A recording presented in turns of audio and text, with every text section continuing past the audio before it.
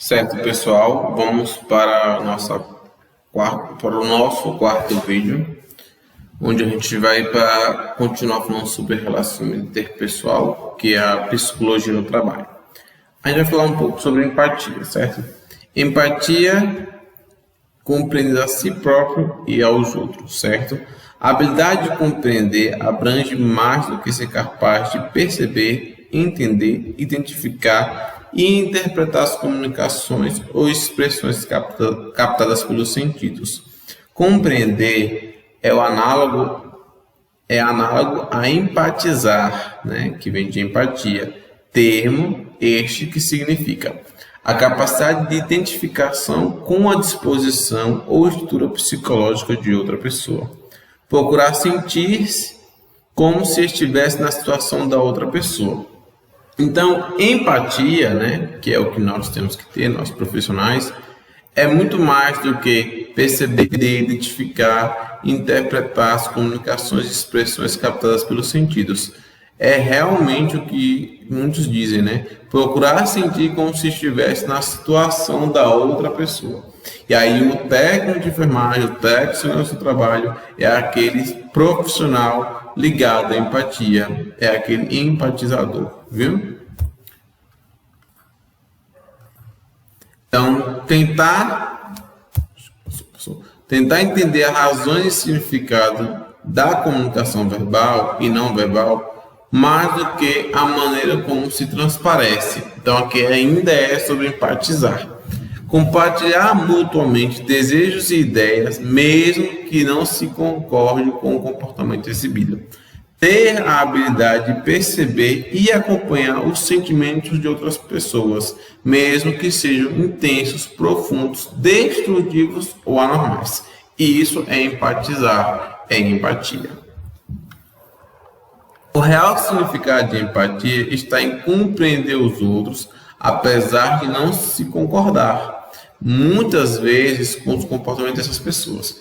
Procurar ser compreensivo e sentir como a outra pessoa estaria sentindo não significa que se deve ser permissivo e tolerante frente a certos comportamentos agressivos e destrutivos. Aí é aqui onde vem você, eu, nós, empatia. Então, quando a gente fala empatia, não é ser permissivo, como a palavra menciona aqui no nosso texto, ou tolerante. A gente tem que ser firme, mas ter empatia. No momento que a gente se torna um líder, nós não podemos deixar comportamentos agressivos e destrutivos dentro da empresa, com nossos colegas ou com o ambiente onde nos cerca. Então a gente tem que ter empatia, né? Colocar-se no lugar do outro, mas a gente não é permissivo e nem tolerante a comportamentos agressivos e destrutivos. Tem que saber separar empatia desses momentos. A empatia sempre vai existir, vai sempre coexistir.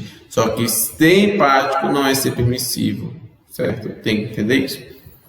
Após analisar tais situações, o técnico deve julgar muitas vezes se precisa estabelecer limites ou restrições para garantir a segurança do trabalhador e das pessoas adjacentes. Compreender implica simultaneamente ser capaz de estabelecer limites quando necessário. E aí é onde vem o técnico do trabalho à frente do trabalho e o técnico de enfermagem à frente do seu paciente. Eu tenho empatia com aquele paciente. Vamos citar situações nos dois ambientes. Primeira situação, um hospital. Hospital, muitas vezes os pacientes que estão lá alojados, eles não podem receber, alguns hospitais, eles não podem receber refeição além da que acontece no hospital. O acompanhante não pode trazer a refeição. E aí o técnico, né, que é aquele que tem mais convívio com o paciente, mais convívio com a família, com o acompanhante, percebe-se que ele levou uma fruta, por exemplo, e aí aquele paciente não pode comer naquele momento. E aí ele está empático, rapaz, ele está com fome, ele está com desejo de comer essa fruta, ele não come essa fruta há muito tempo, e aí ele vai e libera. Aí está o erro. Ele sabe que não pode, está tendo a empatia para aquele indivíduo, mas não está impondo o limite que é necessário para aquele ambiente. O técnico, do mesmo jeito, certo? Então, vamos trazer agora para o técnico no seu trabalho, um momento simultâneo parecido com esse. Digamos que o indivíduo ele se sente desconfortável ao usar um óculos de segurança, por exemplo, machuca a orelha dele e não tem outro. Mas o procedimento correto é usar o óculos de segurança. Aí ele vai e com empatia, sabendo que ela está sendo incomodada com aquele óculos, permite que ele não use. Aí vem de novo, ele não está sendo empático o suficiente, porque é obrigatório do óculos. Então ele tem que obrigar aquele indivíduo a usar o óculos ou não vai realizar a atividade. Então a empatia não é ser permissível, é como disse, é compreender, né, estabelecer limites quando necessário e pensando no bem maior que é a empresa e o indivíduo também. Comunicabilidade. A comunicação é o instrumento de expressão do nosso interior, né? O que pensamos, o que queremos, no que acreditamos. Comunicar é colocar algo em comum, é tornar-se comum com alguém. Comunicação são maneiras de receber e transmitir informações. Para que uma comunicação ocorra, é preciso que haja emissor, mensagem e receptor. Acompanhe o slide. Emissor, mensagem e receptor. Uma boa comunicação depende da harmonia entre esses elementos. Então, se algum desses elementos quebrar, né, digamos que a mensagem não foi corretamente, não vamos conseguir transmitir o que queremos. Se o receptor não está conseguindo receber a mensagem, quebra. Se o emissor não consegue transmitir a mensagem, quebra. Então, a boa comunicação tem que ter harmonia entre os três elementos. E aí, ambos os profissionais que a gente está mencionando, que vamos ter ao final desse curso, eles precisam ter uma boa comunicação e saber harmonizar essas três partes. Então, por que há falhas na comunicação, né? Por que tem falha na comunicação? Quem fala, o emissor ou o profissional, né? E aí a gente pode ter uma dicção falha. Então, normalmente, quando eu, por exemplo, quando falo muito, estou explicando muito, eu falo muito rápido. E aí vem falha na dicção. Então, a dicção falha, tem que ser algo que a gente precisa corrigir. Falar demais, às vezes, atrapalha em vez de ajudar. Usar palavras desconhecidas para o interlocutor. Então, a gente às vezes quer embelezar, principalmente o técnico, né? Ele não pode tentar embelezar, o técnico de enfermagem não pode tentar embelezar as palavras, falar conhecimentos técnicos, falar palavras técnicas. Às vezes aquele indivíduo tem pouco conhecimento, então ele tem que trazer as palavras da conhecimento daquele indivíduo para conseguir transmitir aquele conhecimento, ele absorver e utilizar. Não adianta mais a gente falar palavras bonitas, palavras técnicas, né? E ele não conseguir captar. Inespecífico, às vezes quando o profissional é inespecífico, não consegue especificar o que quer ou o que está transmitindo, também tem falha na comunicação. Agora, quem escuta, o receptor, né, ou o paciente, a gente pode ter falta de atenção dele, né, ele não está prestando atenção, né, aí temos essa falha. Falta de interesse, é importante saber conseguir trazer esse interesse. Falta de conhecimento, né, e aí onde a gente relaciona, né, com o outro, né, o profissional nessa parte. E o cansaço ou ansiedade do paciente ou do receptor, que pode ser um colaborador. Aí nós temos mais aqui, quando a gente fala do profissional, nós temos aqui autoritário, preconceituoso,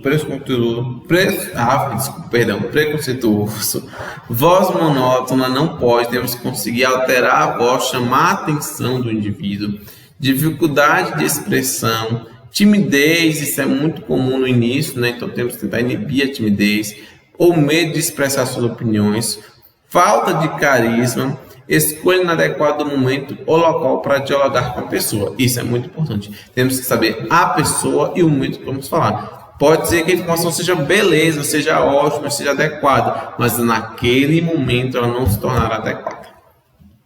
Quando a gente fala do receptor ou paciente, nós temos o estresse, o ressentimento, ideias preconcebidas, estereótipos, medo, insegurança, preocupação, hostilidade, comportamento defensivo. O paciente pode encarar cada fala como uma acusação ou crítica pessoal. Quando a gente menciona isso num lugar de trabalho, com o técnico técnico de segurança do trabalho, isso acontece bastante.